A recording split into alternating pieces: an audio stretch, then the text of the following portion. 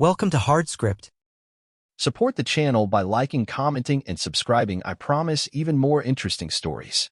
It wasn't the sigh, or the silence, or the way she barely looked up from her phone anymore when I walked in the door. It was 7 words. I'm not here to serve you. That was it. Said with crossed arms and a flat tone. No anger. No emotion. Just fact. Like she was reading off a receipt. I remember the pause that followed, not from her, but from me. Like the air itself waited to see if I'd react. If I'd shout, slam something, demand to know what the hell that meant after 11 years of marriage. But I didn't react. I just nodded. Once. And she noticed that. The way I didn't flinch. The way I didn't argue. That moment, right there, was the last time she had control. She just didn't know it yet. I slept next to her that night. Same bed, same distance between us. But something had shifted. Not between us, inside me. I lay there, staring at the ceiling, remembering the last time I felt like a husband instead of a background actor in her performance. And I couldn't find that moment. She used to cook for both of us. Now she grabbed takeout and only brought enough for herself.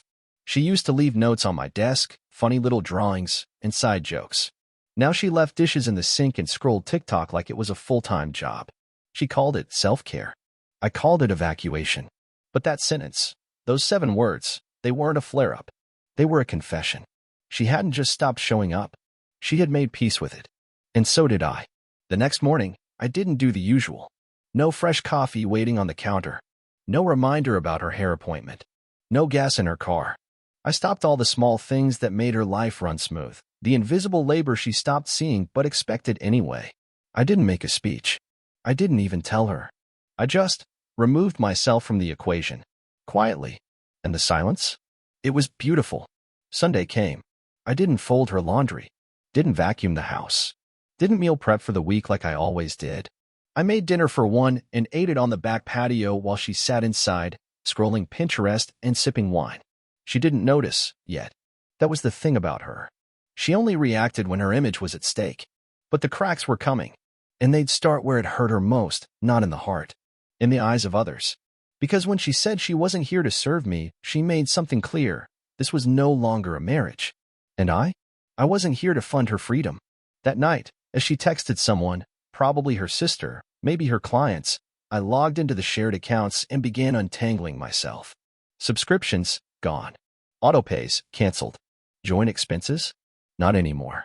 I wasn't punishing her. I was preparing for extraction.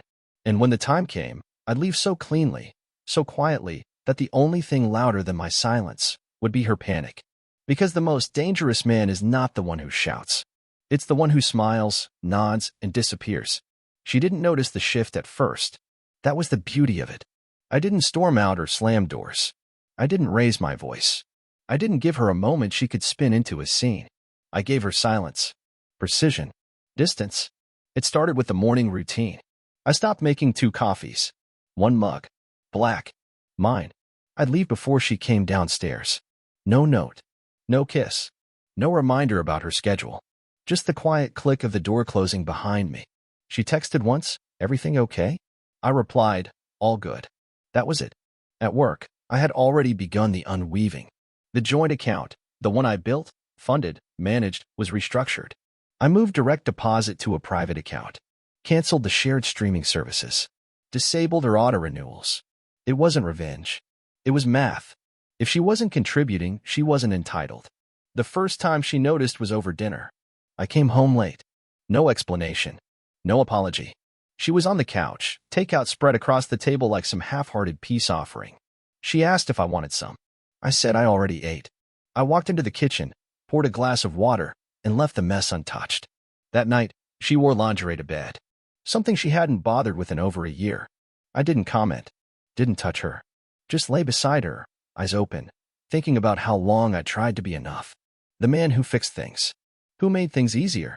Who held the line when she stopped showing up. The next morning, the AC app failed to log her in. I had changed the passwords. Subtle, surgical cuts. The kind she wouldn't feel immediately, but would bleed from later. A few days later, she brought up the housekeeper. Why hasn't she come this week? I didn't look up. Didn't see the point. That was all. Her brow furrowed, but she didn't push. She started noticing the budget app was empty. The credit card wasn't working. She asked if something was wrong with the bank. I told her to check her own account. Then came the texts.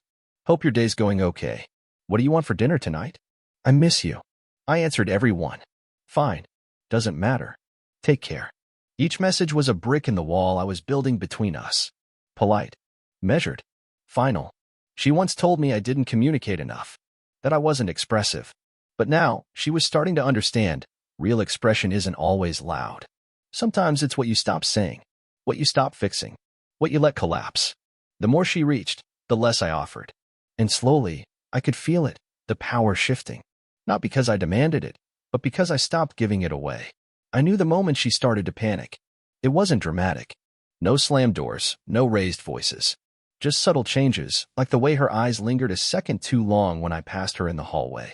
Or how her tone softened when she asked how my day was, a question she hadn't bothered with in months. She was trying to reel me back in, but I wasn't where she left me anymore. That Monday morning, she asked if I'd seen the email from our financial advisor. I said I had, then went back to drinking my coffee. She stood there like she expected more. I didn't offer it. She asked if I'd be home for dinner. I said probably not. And I wasn't. I took the long way home, stopped by the gym, sat in the car afterwards, engine off, letting the quiet fill me in a way our house never could anymore. When I finally walked in, the lights were dimmed. Candles were lit. Music playing low. She had cooked, not ordered. 2 plates sat on the table, untouched. She walked out in a dress I hadn't seen in a year. Smiled like nothing was broken. I thought we could eat together, she said, her voice light, almost nervous. I already ate, I answered, hanging up my coat. She blinked. Just once. But I saw it. A crack. I poured myself a glass of water, walked past the table, and disappeared into the bedroom. She sat down alone. I didn't have to see it. I knew. Tuesday, she started texting me during the day. Hope your morning's going well. Want to grab dinner later? Miss you. I responded with precision. Busy. Already have plans. Take care. Not rude. Not hostile. Just detached. The way she had been for months, except I wasn't doing it to punish her. I was doing it because I had nothing left to give her. By midweek, she started watching me. I caught her standing in the doorway once as I folded my laundry. Another time, she lingered in the garage while I checked the tires. She was trying to figure out who I'd become, what I was thinking, where the version of me she used to ignore had gone. I didn't offer clues. That Thursday, she tried something new. She left a small note on the counter, thinking of you. I didn't acknowledge it. Not out of cruelty, but because it was too late. That version of me, the one who would have held on to that scrap of affection like a starving man, was already gone. Friday night, I got home to find her on the phone, her voice hushed. I caught a name, her sister. She said I'd been cold. That she didn't understand where this was coming from. That I was acting off. She left the door cracked. I listened. He barely talks to me anymore, she said. It's like he's someone else. No. I was exactly who I had always been. She just never bothered to see it. And now that man, the one she overlooked, dismissed, drained, was done trying to earn his place. She hadn't lost me. She gave me away. Piece by piece. Year by year. Now, she wanted the comfort of my presence back. The safety net. The man who carried the emotional weight while she performed exhaustion. But I had learned something dangerous. The most powerful man in the room is the one who doesn't need it anymore. I disappeared on a Wednesday. Not literally. I still went to work. Still came home.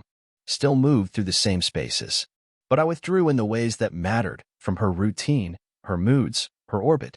She'd built our marriage like a stage where she performed and I supported the lighting. Now the lights were out, and she was fumbling in the dark. That morning, I left before sunrise. Took the car she preferred, left the one with the almost dead battery. Didn't leave a note. Didn't answer her text asking where I was.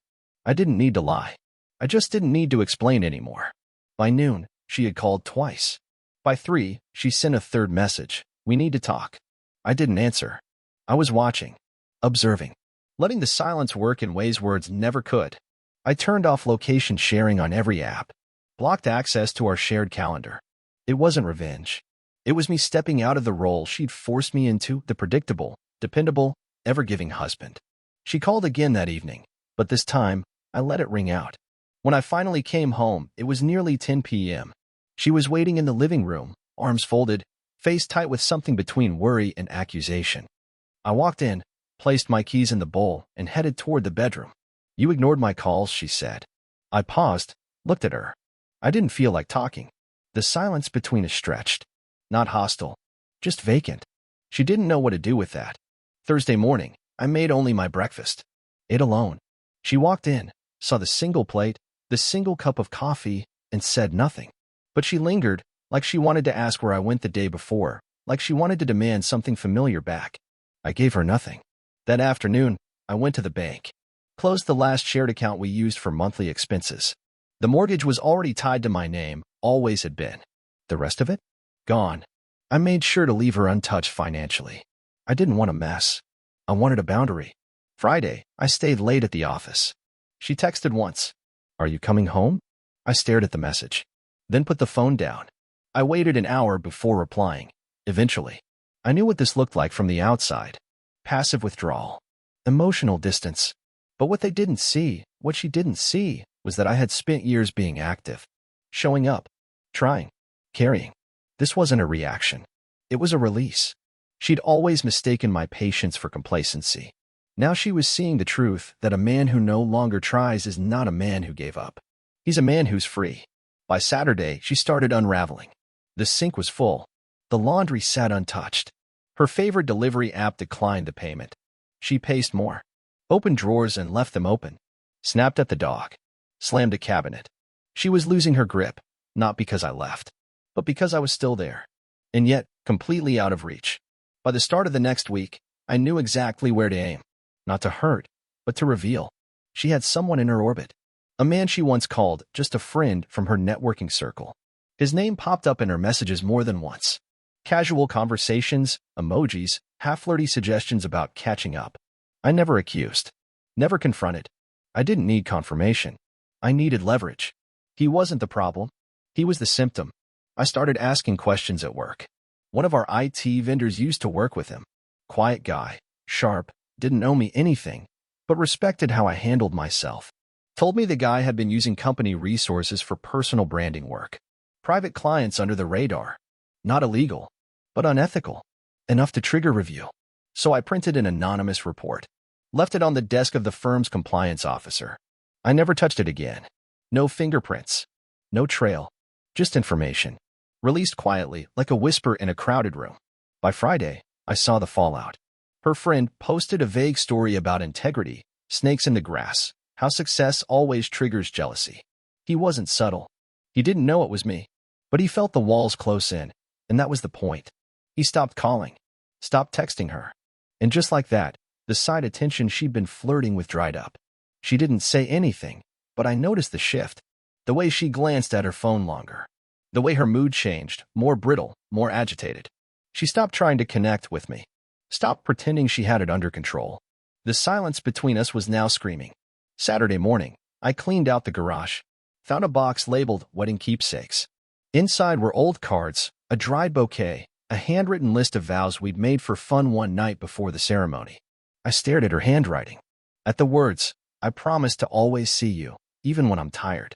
I burned the box. No message. No announcement. Just smoke rising from the fire pit in the backyard while she watered her plants 10 feet away, pretending not to watch. That evening, I overheard her talking to her sister on the phone. The words weren't loud, but they carried. She said I was being cold. Said I had changed. Said she felt like she was living with a stranger. Her sister must have asked what happened. I heard her pause. Then she said, I told him I wasn't here to serve him. And he just stopped. Stopped. That was the word she chose. Not left. Not punished. Stopped. And in that pause, in that bitter realization that her own sentence had started the unraveling, I knew she felt it. The weight of what used to be. Not because I shouted, but because I vanished while staying right in front of her. It always starts quiet. Until it doesn't. The week after I dismantled her safety net in silence, the noise began, not from me, but from the people watching her slip. It was her cousin Elise who called first. Not to check on me. Not to gossip. Just a simple message. Are you okay? I stared at the screen before answering. Elise wasn't the type to get involved, which meant whatever my wife had been telling her wasn't adding up. I answered simply, I'm good. Just done performing. That was all it took. Elise didn't push, but she responded, I figured. Just so you know, some of us see it. I didn't ask what it meant. I didn't need to. People were starting to notice, not her mood, not her curated melancholy, but the shape of my absence. The things I used to do that no longer got done. The man I used to be quietly evaporating from the frame. And that shift was louder than any argument could have been. At the next family gathering, a birthday dinner for her niece, I saw it unfold. We sat at opposite ends of the table. I was quiet, observant, answering questions with polite brevity. She was animated, louder than usual, charming, almost forced. The difference between effort and ease was visible, and everyone could see who was trying to maintain the illusion. Her sister leaned in during dessert and said under her breath, "You two okay?" I didn't flinch. Just said, "We're adjusting." Later, in the car, she snapped, "You made that so awkward." I kept my eyes on the road. Did I? You barely spoke. You made me look like the problem. No one needed help with that. That shut her up. For once. 2 days later, I heard her on the phone again, this time with her mother. Her voice was sharp, defensive. "He's freezing me out. I don't even know who he is anymore." And then the part that said everything. If I'm the one who changed, why is everyone asking about him? That was it. That was the wound. She didn't care about the silence, the tension, the distance. She cared that it was visible, that people were noticing, that the image she built of the composed woman with a solid marriage and a stable life was slipping through her fingers. Her friend group started asking questions too. One of them messaged me a photo from a recent outing. My wife was there, smiling, posing with a glass of wine. The caption read, "Thriving." The message below the photo said, "You look like a ghost in the background." I zoomed in. I hadn't even realized I'd been caught in the frame. Expressionless. Distant. Watching, but not participating. The message continued, "Are you okay?" That was the third time someone had asked in a week. Not about her. Not about the marriage. About me. And that told me something important. Her version of the story was collapsing under the weight of reality. Not because I spoke, but because I didn't have to. It wasn't the confrontation she expected. That was what broke her. Not yelling. Not accusations. Just stillness. Like arguing with glass. That Monday morning, she finally snapped. I came downstairs to find her pacing the kitchen, her eyes wide with something between confusion and desperation. She started with a question, the kind meant to sound calm but came out like a warning shot. "Are we really doing this?" I didn't answer right away. I poured my coffee, sat down, looked out the window. She repeated herself. Louder. I turned to her slowly and said, "Doing what?" "This." She gestured to the silence, the distance. "Whatever this is. The Cold War." I took a sip, kept my tone even. "It's not a war. I'm just done performing." That hit harder than anything I could have shouted. She stood there, speechless. For once, she didn't have a script. Didn't have a way to spin it. No pre-written line to flip the guilt.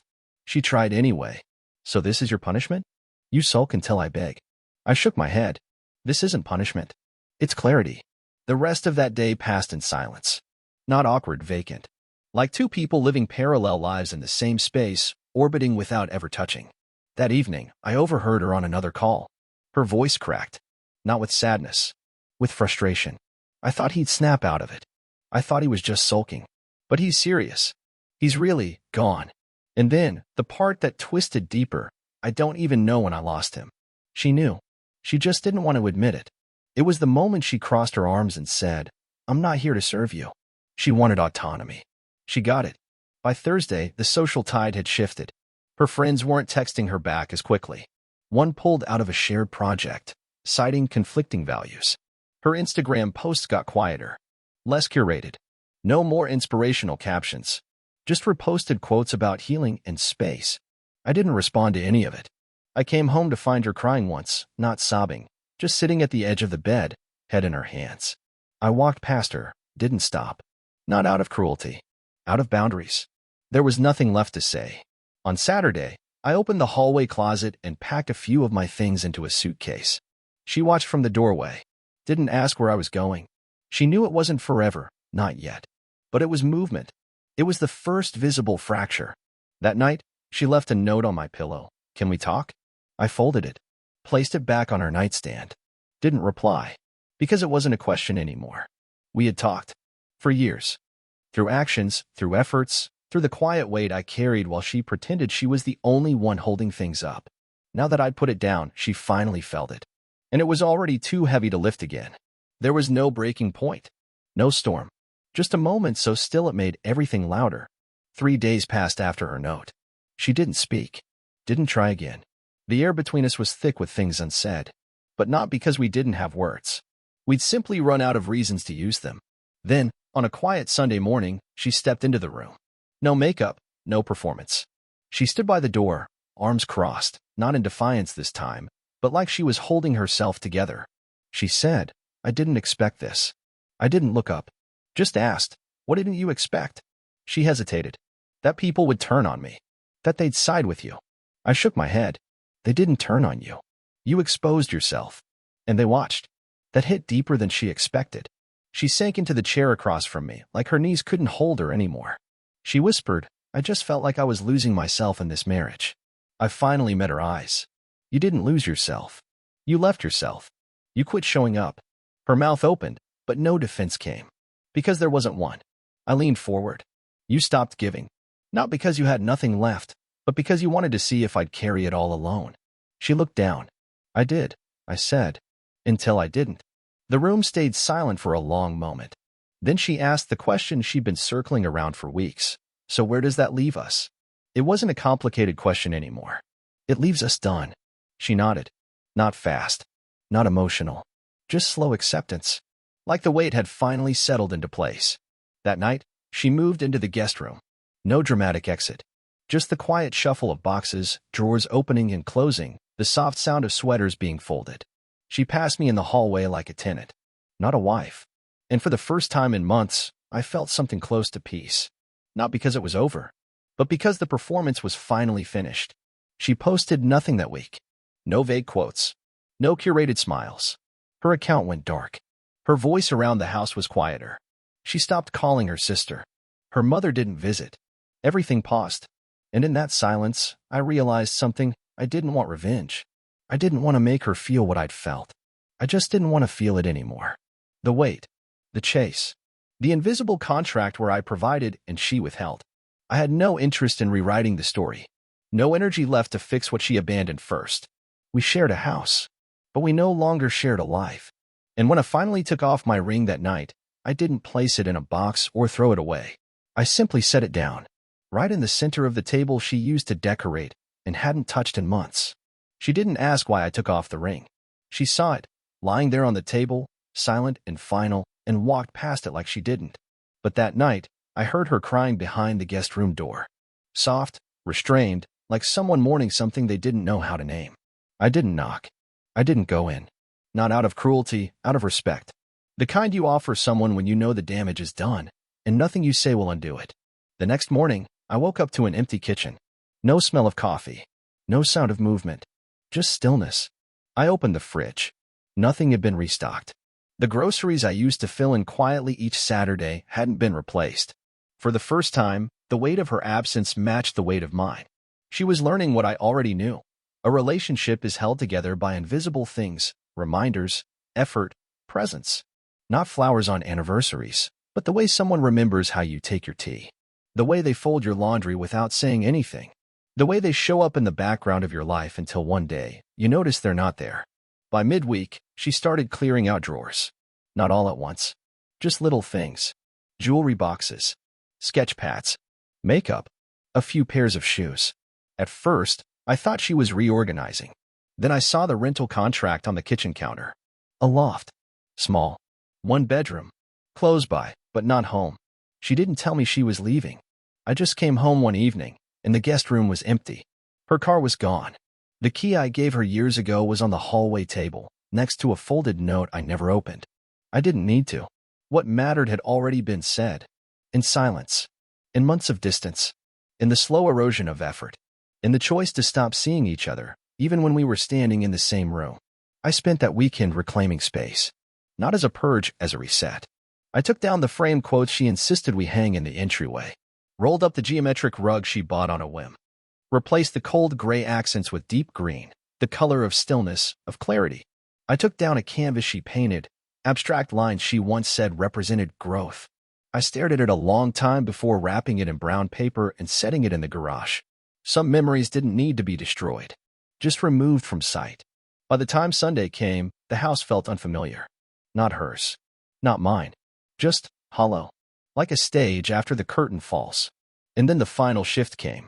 She showed up at the signing, dressed immaculately, as if appearance could undo reality. She looked smaller, not weaker, just real, like someone who'd finally been forced to see themselves without the reflection of applause. She asked, "Do you hate me?" I said, "No. I learned from you." Her voice broke a little. "What did you learn?" "That loving someone doesn't mean dying for them, especially not when they've already walked away." She blinked hard, trying not to cry. "I really did want to be the kind of woman who could hold it all together," she whispered. I nodded. "You just didn't want to hold it with someone. That's the difference." She didn't respond, just stood there, shoulders straight, eyes tired. There was no hug, no farewell speech, just a pen signing the final line, in a silence that said more than either of us could. When she left, I didn't look back, because some endings don't need closure, only distance. After the papers were signed, everything felt quieter, but not empty.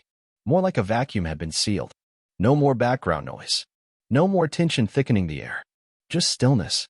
I didn't tell anyone right away. The people who mattered already knew. The people who didn't could guess. I got used to the silence quickly. Not the kind that aches, but the kind that soothes. I changed the locks. Not out of spite, but finality. I removed her name from the utility bills, the insurance policies, the emergency contacts. I didn't block her. I just erased the overlap. I didn't make an announcement. She did. A carefully crafted post with soft lighting and filtered warmth. Something about growth, evolution, becoming your truest self. A photo of her sitting on a windowsill with a coffee cup and a distant stare. It looked peaceful, curated. But I knew the face behind it. I knew the silence that followed. The comments were kind, supportive, but more muted than before. No explosion of sympathy. No flood of validation. Just a few hearts, a few quiet affirmations. The ones who used to adore her shine were now keeping their distance. Too much had slipped through. That was what unsettled her the most, not the ending itself, but the lack of attention it drew. She texted me once, 2 weeks later. A simple line. "Do you ever think we gave up too soon?" I didn't reply. There was nothing left to clarify. No last conversation that would reframe the fall. What we lost wasn't sudden. It was chipped away, slowly, one passive decision at a time. And when it was time to fight, she folded her arms and watched. I started doing the things I hadn't made time for. Rejoined a weekend cycling group. Took a solo trip to Montana. Started cooking again, not because someone needed me to, but because I enjoyed it. I turned the guest room into a reading space. Hung new shelves. A different scent filled the air, cleaner, warmer. Like closure. People stopped asking how she was. Not out of malice, just irrelevance. Whatever story she tried to sell had run its course. No one bought it anymore. Her mother never called again. Her cousin did. Once. Just to say, "You did the right thing." I thanked her. That was all I needed. The last trace of her left the house one evening when I opened a drawer and found the watch I'd bought her 2 birthdays ago. Still in its box, untouched. I took it outside, set it in the donation bin. Let it go without ceremony. And when I returned, I felt it, the final shift. Not relief. Not vengeance. Just peace. She once said she wasn't here to serve me. I never needed a servant. I needed a partner. And when she walked away from that role, I didn't chase. I just stopped showing up where I wasn't respected. That's not bitterness. That's clarity. Real men don't explode. They exit. Subscribe for more power stories.